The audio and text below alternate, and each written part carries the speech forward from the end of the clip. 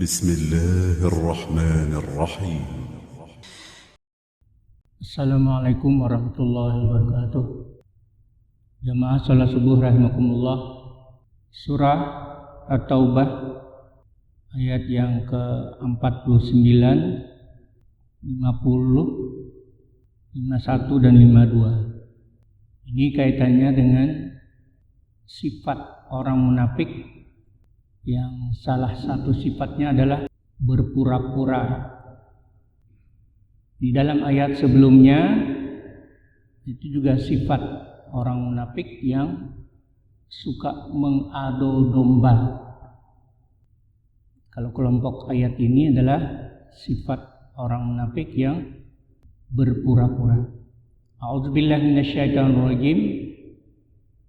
Wa minhum may yaqulu zalli wala taftinni ala fil fitnati saqatu wa inna jahannama lamhitatum bil kafirin. Wa minhum may yaqulu zalli wala taftinni. Dan di antara mereka ada yang berkata, berilah aku izin tidak pergi berperang itu, dan janganlah engkau Muhammad menjadikan aku terjerumus ke dalam fitnah. Ala fil fitnati saqatu. Ketahuilah bahwa mereka telah terjerumus ke dalam fitnah. Wa inna jahannam, dan sungguh jahannam itu lamhitatum bil kafirin, meliputi. Jadi jahannam itu meliputi atau disediakan bagi orang-orang kafir. Lamhitatum bil kafirin. Jadi ini sebab turunnya ayat, dijelaskan tentang bahwa Rasulullah berkata kepada Jad bin Qais, salah seorang pembesar orang munafik. Jadi namanya Jad bin Qais.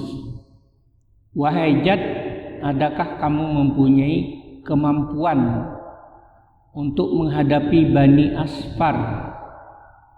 Jadi Bani Asfar ini adalah orang-orang Romawi yang memusuhi Nabi dan para sahabatnya.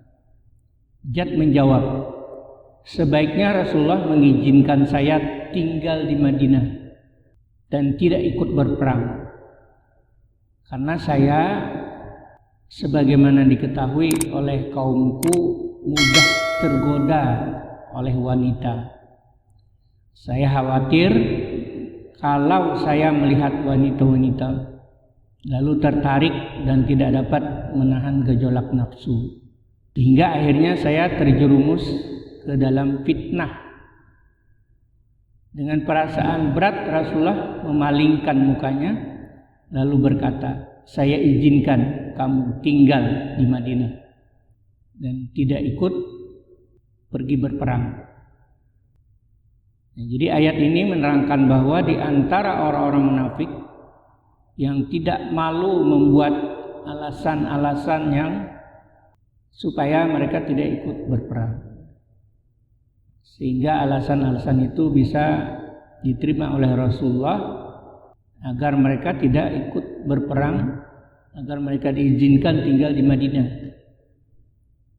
Dan mereka seakan-akan lupa bahwa berbagai alasan yang dibuat oleh mereka itu dan mereka perlihatkan, diketahui oleh Allah Subhanahu wa taala, dan Allah akan membuka rahasia yang disembunyikan di dalam hati mereka. Nah, jadi ayat ini adalah Allah menegaskan tentang bagaimana sifat-sifat mereka itu ya dibongkar atau diperlihatkan. Jadi mereka itu tidak sadar bahwa alasan palsu yang dikemukakan itu adalah bagian dari tipu daya, ya, menjerumuskan diri mereka sendiri ke arah bencana dan dosa yang besar. Jadi sikap mereka tindak tanduk mereka menunjukkan kelemahan iman sebenarnya, menunjukkan kelemahan pendirian mereka di dalam berislam.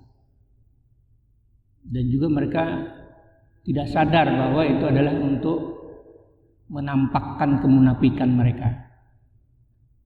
Jadi mereka akan terjerumus ke dalam satu perbuatan dosa dan ancaman bagi orang-orang yang ingkar kepada Allah, membantah ayat-ayatnya, mendustakan rasulnya, maka dia akan kekal di dalam neraka.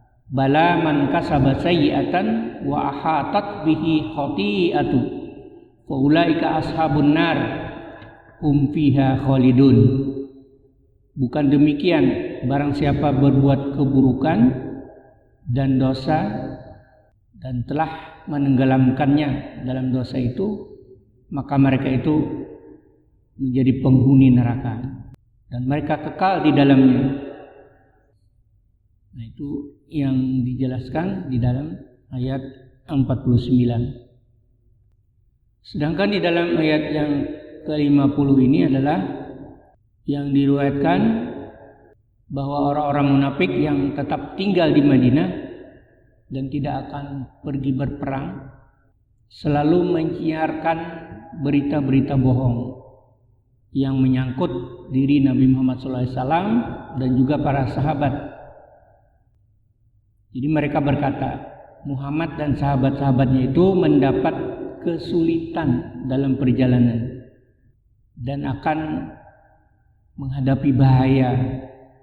Tapi tidak lama kemudian ternyata apa yang disiarkan orang-orang munafik itu hanya sekedar bohong belaka. Nabi Muhammad dan para sahabat tetap dalam keadaan baik, tidak kurang apapun. Berdasarkan kenyataan ini tidak dapat disangkal timbullah kebencian orang-orang munafik itu, dan maka turunlah ayat ini. Jadi Allah menjelaskan tentang kebohongan mereka, tentang kebohongan orang-orang munafik apabila Rasulullah dan sahabatnya memperoleh hal-hal yang menyenangkan seperti ghanimah, kemenangan dan lain sebagainya, sebagaimana yang terjadi yang telah diperoleh dalam perang Badar. Lalu mereka menggerutu, merasa kecewa, merasa gelisah, merasa benci, merasa iri. Nah, sebaliknya jika Nabi Muhammad dan para sahabat itu mendapat kesulitan, kekalahan seperti yang terjadi pada perang Uhud, ya sebenarnya bukan kekalahan juga ya, walaupun ada beberapa korban dari pihak kaum muslimin, tapi akhirnya kemenangan. Nah, mereka senang kalau melihat kesulitan, kekalahan yang dialami oleh Rasulullah. Orang-orang munafik ini betul-betul merasa senang dalam hatinya ya, dan memuji diri mereka sendiri dan kelompoknya karena telah mengambil keputusan untuk menghindar dari berperang dan tetap tinggal di Madinah. Mereka berkata, memang setiap menghadapi sesuatu kami sangat hati-hati dan mempertimbangkan masak-masak sebelumnya. Jadi masing-masing membanggakan pikiran dan pertimbangan yang telah dikemukakannya.